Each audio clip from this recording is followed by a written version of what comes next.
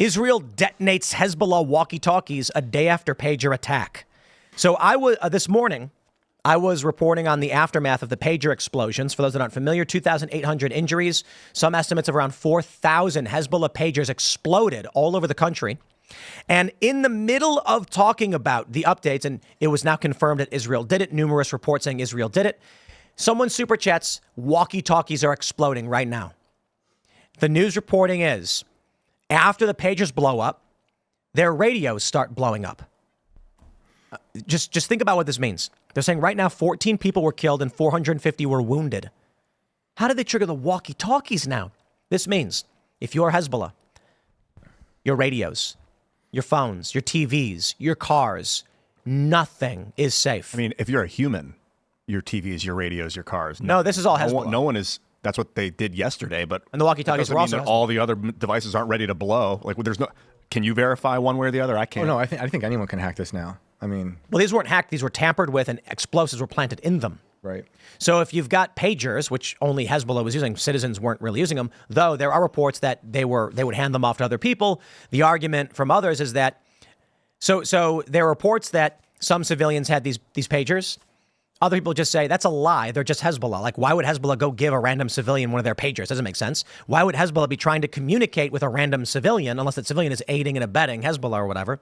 The point is, largely Hezbollah. No, but the one thing I will say, if you are a regular civilian citizen in Lebanon, no more crowded gatherings. There's a video of people like dancing to music outside, and then one guy just blows up. Oh man! His walkie-talkie explodes, and then he falls to the the ground. Israeli government will justify and be like, "Well, they must have gotten that from someone connected to Hezbollah, so they deserve to get blown up." No, the walkie-talkies, the walkie-talkies are Hezbollah. The pagers, I can argue, like they might give those out for some reason. Yeah, and the walkie-talkies are military purpose for now. But until they give a pack of 6 of them to a couple families that need to communicate because the phone lines have been cut. Why would the phone lines have been cut? I don't know, because a bomb dropped somewhere. I don't know what the situation is. How often have U.S. soldiers handed you a walkie-talkie? Well, they handed the Taliban about $86 billion worth of equipment. If the U.S. military surrendered all that equipment and all of it was laced with explosives, we'd be having a very, very, very different conversation. Yeah, that's not a bad war tactic. But we're talking about civilians. And so the issue is, for one, this means nothing to me. We're talking about war between Israel and Lebanon, Lebanon firing missiles into Israel nonstop for decades and ramping up in recent time, Israel engaging in what some estimate a year-long operation to intercept and plant explosives in Hezbollah equipment. Now there's collateral damage. Look, make all the arguments you want. Hezbollah fires a rocket into a civilian area, civilians die. Israel detonates a pager in a civilian area, civilian gets injured, civilians gets injured. There's a report of, I think, 1 civilian death over the pagers. The reporting that I've seen so far is that 12 civilians are reported dead by Lebanon, but Hezbollah says 11 of our soldiers died, as if to indicate 11 of the 12 civilians were actually Hezbollah, and there's 1 civilian death. I think some of those walkie-talkies exploded at a funeral for someone who died with the pager. I wouldn't be surprised. Yeah. Think about it. The pagers all blow up. Hezbollah then says, get rid of the pagers, get the walkie-talkies. They grab the walkie-talkie and it explodes. And now they're going to be like, we have no means of communication. What do you do? I mean, this is crazy what we're looking at in terms of warfare. It's crazy. I mean, thinking about what you were saying in the beginning about how it could be anyone, anywhere, anytime. Like, I know you're saying it was planted stuff, but I also think it can be hacked. And it made me think of, to bring up our friend Dick Cheney again, back in the day, when he was vice president, he was worried that they were going to hack his pacemaker and get him that way. So like this is fears that have been boiling, with these people for a long time. Yeah, modern war, they call it the unexpected. They can get you with anything. They got satellites in the sky circling you like giant vultures that can map everything you do, and they can tap right into your phone at any point. With Pegasus is another Israeli spyware device that can crack any phone open. That I think all the Five Eyes have across the world. Good stuff. Everyone should be very happy. Matt, it's nuts to think that the crazy thing about this, pre-plan explosives in your digital devices so you follow them, so you're forced to do what they say. Yeah, it's nuts. Yeah, what they're going to do. What would you do right now if an alert went on all phones? They do the presidential alert, and it said these phones may have been tampered with and could explode. Dispose of them immediately. We throw them in the trap door you built right here. But in all seriousness, it would probably bankrupt the company that made them. If the law was still being followed, because everyone would want to return their phone. And spend $2,000 on this. Every person's going to ditch the phone. Yeah. And it then could be, what do you that could be, it communicate could be a with? fake notice too. Like what right. an act of terrorism to sow confusion in a nation. Absolutely. Well, just the knowledge of this happening now is going to be a psychological effect on everybody, everywhere. You know, But it's good that it's public. It's good that we know that it's a possibility now. Think about what would happen if a totalitarian government decided to secretly implant small explosives in all these devices. We can't open the backs anymore. Remember, you could pop the back off your phone and change the battery. You can't do that anymore. Imagine you're a dissident. Let's say you're a dissident, but you're not like a extremist or anything. You're just, you're a personality. You talk. The government can't stand you. You're a rival politician. And then one day you're driving at a high rate of speed. They're tracking your device. They can see. And they detonate the device. And it pops. You lose control of the vehicle. You're going 80 miles an hour. You fly off the side of a bridge into the water and you're dead. And they say it was a car accident. Especially phones, man, because you hold them next to your head. who was the guy? It was a movie. Remember that? What was a movie where the guy takes the phone to his ear and then it blows up in his... Earbuds, dude. You know how many earbuds there are that have little nano explosives in these freaking things? They put them inside your ears. Who was the guy in the car that they made speed up? Remember he went really fast as a journalist or someone? We don't know if that's true, but that was Michael Hastings. They said the story. The story with Possibly. Hastings is that he went to his neighbor's house one day complaining that he saw someone tampering with his vehicle and needed to borrow their car. And they said no. Then he was speeding 70 or 80 miles an hour down Wilshire Boulevard in 3 LA. in the morning after he got hammered, I think, too. He was out. I don't know if we know anything about being I hammered. don't know if he was drunk or not, but he was out real late. I don't think that's part of the story. The story was that he was going 70, 80 miles an hour down Wilshire and crashed into a tree and the car exploded and he died. He kept saying, they're trying to kill me, they're going to kill me. And then that night... He was working on a story about some general. I can't remember which one. Yeah, I forget. And he was paranoid. He saw somebody under his car. And then his car crashed. And his family says, no, it's not the case. He was troubled, and that's it. Like those are situations where someone gets to your device and then tampers it. But like if they're getting tampered in the factory, maybe we need oversight. Maybe we need some way to inspect these things. That's why I'm so against electric cars. I love them, and I like looking at the Cybertruck. I think it's really cool to look at. But there were stories about, or maybe it was just like theories, but I think it's possible. The repo man can just remotely, take your car back. If it's electric, just return to me with his phone. So like Geneva Convention, that we set it up so that people don't gas each other in war. We try and keep war humane. This like earbud explosives sounds like kind of like maybe we should have some sort of regulation on these things. So not that the dirtiest evil won't just ignore them, but the whole point is the dirtiest evil fails and everyone else can rally around to stop them. So if someone's unwilling to disclose their technology to their allies and be like, just so your citizens know, here's how you verify that it's safe. Problem with that is then the enemy can verify that theirs are safe or not. There's no secrets. I mean, they're all listening. Instead of the hundreds of billions of dollars that we gave to Ukraine on tanks and missiles and planes, you're telling me we could have just used pagers? I do think it's interesting, though, obviously, the debate now about the use of long-range missiles in Ukraine. It seems like yesterday with this like fifth-generation form of warfare, though I'd argue in Washington, D.C., I think maybe it's not exploding pager devices, but they certainly know how to detonate politicians that are on the foreign payroll when they want them to vote a certain way on a bill. I think you saw that today. That's crazy. What bill? The CR. The CR today. Act. It's crazy to think about the long-range missiles. That was just the other day, and time is accelerating. By the way, which I don't also understand super anymore. weird thing on the whole long-range missile thing. Again, not to go full conspiracy theorist, Please but do. Hypothetically, no. I do think it is weird that the shooter, like Mr. Ukraine, right? He comes the same time that you see NATO starting their push for the use of long-range missiles in Ukraine. Just an interesting. I don't believe in coincidences. No conspiracies, no coincidences, but very interesting that a guy who is, starring in Azov Battalion ads that are funded by Joe Biden, a guy who has, military conscript letters for the Ukrainian International Legion on his Facebook, pops up. There's always an interesting I heard he was a Republican. What's the long range? despite the 19 Democratic donations. Right. Yeah.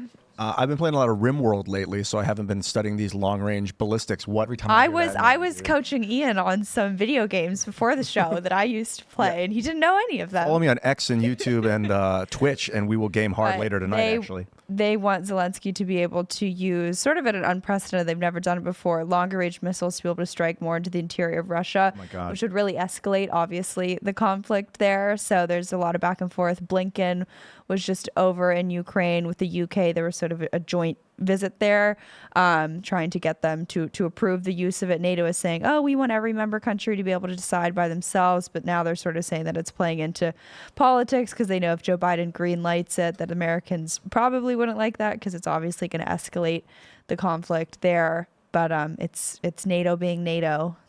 Is Joe Biden just an empty vessel to get us to World War III for Kamala Harris? A listless vessel, Listless vessel, yeah. That's insane.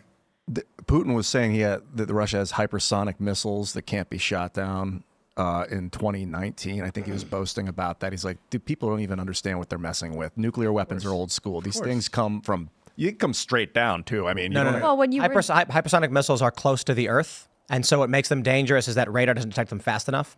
So traditional ICBMs go high. And then the way you can imagine it is you have the Earth and the curvature. So when you're blasting radar and looking for these things, the missiles that go up, they get caught in the radar. We can see it coming. Hypersonics are actually slower, but they're so close to the Earth that our radar detection, it goes underneath it. By the time we detect it, it's too late, and bam! And like one of those things 700 miles off the coast of D.C. From a Russian nuclear submarine comes up and then just parallels to the water. This is the tsunami bomb. Russia supposedly has what's called a tsunami bomb, where they detonate a nuke in a coastal area by a city, causing a massive wave to slam into the city, causing tens of millions of damage. I got to imagine the Russians, nobody in that country wants the world to go to that place. But, they say there's this phrase, backed into a corner, when someone's backed into a corner, and a lot of animals will fight just the most viciously they've ever fought if they're backed into a corner. Rabbits. Yeah, a lot of things. Wolverines, all sorts of terrifying animals, and humans too sometimes. The story goes like this. There was this is an old story. It probably happens a lot, but I remember reading this story like 20 years ago. It was two guys in Texas. Guy gets rear-ended. The guy who gets rear-ended is pissed off, gets out of his car. He's hit. Not a lot of damage. He gets out screaming and yelling, and he's strapped. He's got his open carry. The other guy gets out of his car and sees the guy getting out of his car, walking towards him, screaming in anger, and he puts his hand on his side and holds his hand up. The other dude sees him going towards his gun, and he grabs his gun and pulls it out. The other guy sees him pulling the gun out. They're both pointing the guns at each other, and one guy gets shot. And so the situation was described as the first guy was just being like, hey, man, get away from me. You're crazy. And he was putting his hand near his hip, not to draw the weapon, but to be like ready in case the other guy did. The other guy saw him move his hand towards his gun and thought, this guy's going to pull his gun out. So he pulls his gun out. The other guy see him draws his weapon. So he raises his. The other guy raises his. And then one guy gets shot. So when Putin was saying that he's happy, he wants Kamala Harris to win the presidency, he's like, oh, I love her laugh. I mean, I think he was joking too, and that gives me hope. He's not angry. He's not the guy screaming in rage for getting rear-ended. He's at least calm and collected about this situation, even though he's probably super concerned about it escalating. But are there people behind the scenes that are just like, ah! or is it more just like, let's just set off some nuclear devastation and reap the benefits? We'll go in there with the our reality is it's all of it. There are people I met during Occupy Wall Street who quite literally said their purpose was to watch the world burn. And it's not an exaggeration, and I'm not being cute, and I'm not being mean. I quite literally was sitting in a room full of a bunch of people who were at Occupy. Some of them were journalists, and a journalist told me that she was a nihilist who didn't think there was a reason for life to be, and that we're just here to shake things up. Don't you want to just watch it all burn? And I guess nihilists don't get to the top of the power structure, but they can be born from people that were at the top of the power structure and inherit it. Completely disagree. Some of these nihilists use any and all amoral means to get power because they don't believe there is a purpose to life. But why would they try if they really don't care? Because they're bored. Yeah, but boredom doesn't drive people to greatness. What was explained to me at Occupy was there's no reason for anything, so let's just shake it up and watch it all burn. It's just a bunch of no-names that you don't even remember. People. I know exactly who this person is, and they worked for the New York Times. They're not like running corporations and like in charge of infrastructure, because people that really don't care don't go that far. But the problem is those people's kids can be nihilists, and then they have all the money and they have control of companies and weapons programs. I assure you, Ian, there absolutely are amoral nihilists who run large corporations. Yeah.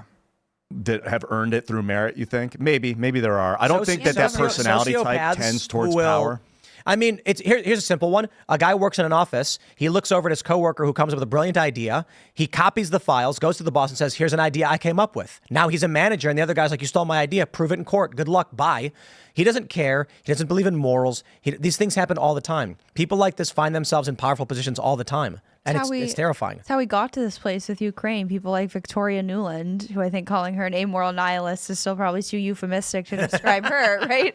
But they don't care. They give nothing. Demon? Yeah, and about human Demonic? life. It's always profit. And all those same people who've been orchestrating coups around the world, whether it's people like Norm Eisen, Victoria Nuland, the playbooks that they drafted there, that's what they're now using in the United States. And I think the ultimate black pill is that you realize there actually is no difference between America's foreign policy and domestic policy. I think there's a much larger conversation around morals, morality, where it comes from. And I actually do think there's something worrying in secular individuals who believe that morals don't exist or that rights don't exist. It's funny because, Bill Maher says things like, not just Bill Maher, but many of these individuals will say, the Bible is the only thing keeping you from raping or something like this. It's like, no, it's the belief that there's intrinsic right and wrong and good and evil. It's worrying to me that there are a lot of people who believe in their heart of hearts there is nothing stopping them from being an evil person other than they've just decided not to do it. And so that means there is another side of this coin. Many, many people who have decided to do it, who truly believe there is no good or evil and they can do whatever they want because the world is their playground. And we see this manifest in leftist and genocidal and authoritarian governments. Utilitarian, too, because how much is a human life worth? I wonder this, $40,000? If you could imagine how many more than that. 8 billion people, what do you think, $700,000? But the U.S. government does this calculation, I'm sure. They take the value of organs and the potential labor and they add it up, and it's it might be like $1 million something. And the cost of what they're going to take away from the growth of the person and the sustention of the system. But people then there's definitely the have hard prices. There's literal prices because we know in Libya there's a slave trade and things like that. So these people, I don't know if Victoria Nuland does the utilitarian calculation where she's like, well, this many people will die. We will lose this many people. This much infrastructure will get blown up in 20 years. We'll be able to regrow and recoup this amount of value. Yep. They do the utilitarian cost of the value of a human life. They like destroying countries because they can rebuild them in the model that they want it to. Well, let's build back better. Let's put it this way, Ian. Someone has a tumor on their body. And they go to a surgeon and say, cut it off and kill it, right? And so we know that a cancerous tumor is bad for your body. It could kill you if it's malignant. You go to a doctor, the doctor removes it. This is the strategic, I don't care about these cells. Single-celled organisms are life. If we find single-celled organisms on an asteroid or on a planet, we're like, there's life on this planet. We are multicellular organisms. We care not for any single cell in our body. They die and we say, I haven't thought twice about it. This is how many of these ultra elites think, and this is how artificial general intelligence is going to operate. It's going to say, I don't think twice about the coal miner. We just need to make sure that the coal mines are being mined. So how many skin cells, how many cells of your skin cells die every year? I have no idea. Now imagine a machine state of an artificial general intelligence running the world. It's not going to care how many coal miners die so long as the coal mining organ continues to exist. As long as a regular dude, I'm like, human life is invaluable. Everyone counts. Everything matters. We must protect it at all costs. And then I'm like, ooh. Then I'm trying to imagine what it would have been like if I was born into the war machine and I'm supposed to do the calculations of no, human life absolutely has a value and a cost. They take away from systems and they add to systems. Let's treat them like a machine structure, like a CEO that has an income and they have to only have certain amount of employees if some of them have to be let go. So that's the hard, cold reality. Sorry, bro. And if I care too much, my whole system collapses. So I try to get into that state of mind of well, what is a human life worth? I haven't had to live that life, so I don't get joy out of it. I still, it hurts me to think of them dropping bombs on other countries and killing civilians and children. But there's calculations that add up to why they're doing it. Thanks for watching this clip from Timcast IRL. Make sure to check out the live show Monday through Friday at 8 p.m. on this channel. Subscribe and we'll see you all there.